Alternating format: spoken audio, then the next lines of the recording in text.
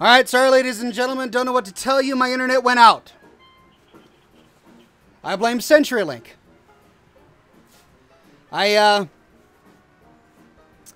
We recently upgraded to a more expensive plan with the hope that this very thing would not happen. But of course, it happened. Kind of outside my control. We had a guy come by.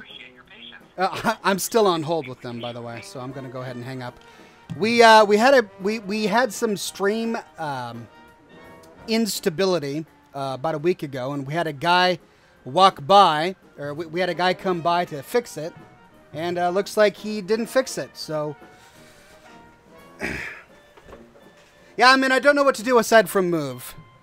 We've heard horrible things about Comcast. I had Comcast for over 10 years. And their service was so horrible that I finally made the switch and moved on over to CenturyLink. And now this happens. So, really disappointed. Really disappointed. And sorry. Sorry about that. But we're live. We're back. For how long? I don't know. And let's see what happened while we were away. Did I hit 400K? Refreshing the page. Now I'm at 399,798. So we kind of got to make 200 in about an hour. I don't know if I'm going to push...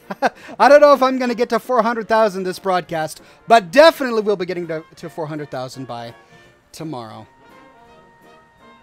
Well, mods, how have people dealt with my sudden and inexcusable disappearance? I was starting to think the world had ended from the chats. Well, my people apologies. were quite confused. we've kept them contained. Don't worry. Good. We've rabbled the masses. Lots of promises. He'll be right back. Oh, I just had him on the phone. He's fine. All that, right? Exactly. Problems in the world. I'm sorry, guys. I'm disappointed that I disconnected for that long, but I am back. So continuing with the show, I was in the middle of talking about something. I don't even remember what it was, but I think I finished my thoughts on it. So we can move on to another topic now. Okie dokie, we'll jump right back into another question. Chancey or Robin asks, Oxhorn, what are your thoughts on Metro Exodus, if any? Sorry, you're cutting in light. Yeah. Well, I mean, you can't judge a book by its cover. You can't judge a game by its trailer. I think the announcement at E3, or the announcement back in June, whenever it was, is great. I mean, we've got 2 Metro games,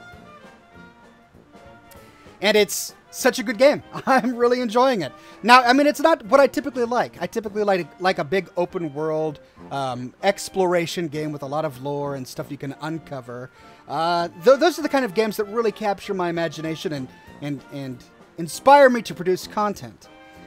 But when I want to sit down and just burn off some steam, I like games like Metro.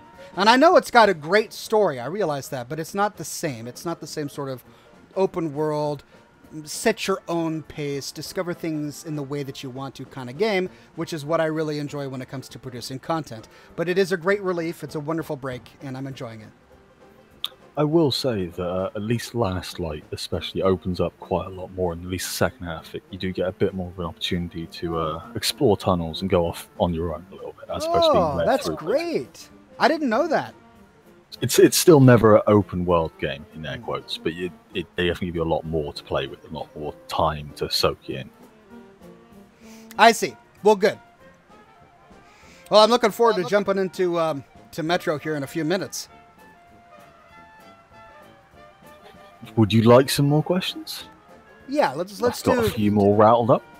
Right, I was gone for 10-15 minutes, so let's do questions until 8, and then we'll move to Metro. Okie dokie.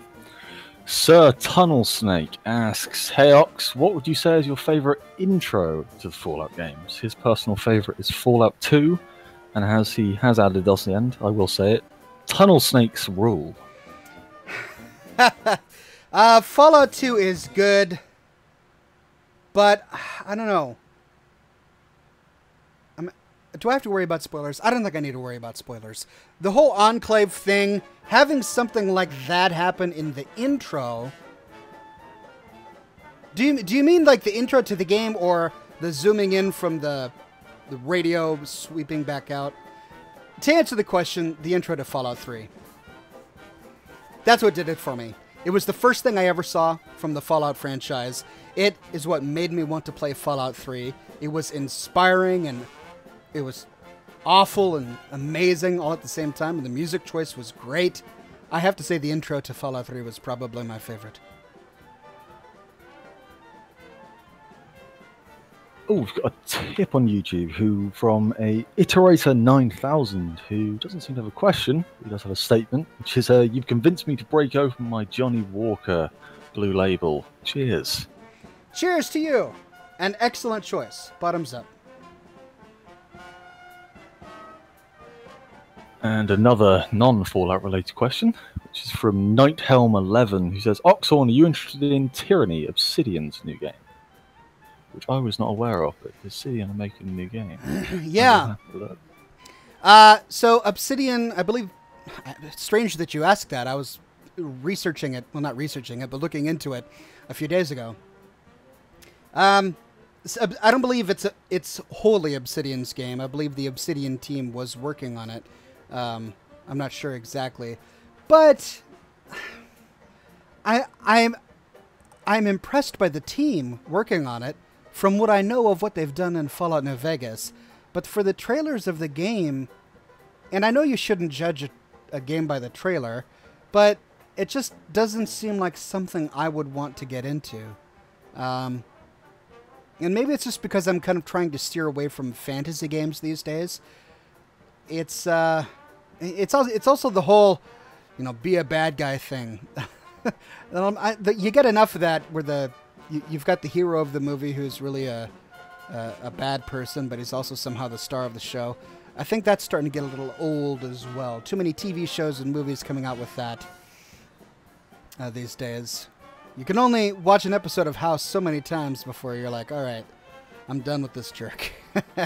And so that's kind of my feeling about Tyranny. But I haven't played it, so I'm not a good judge. I would certainly be interested in trying it out.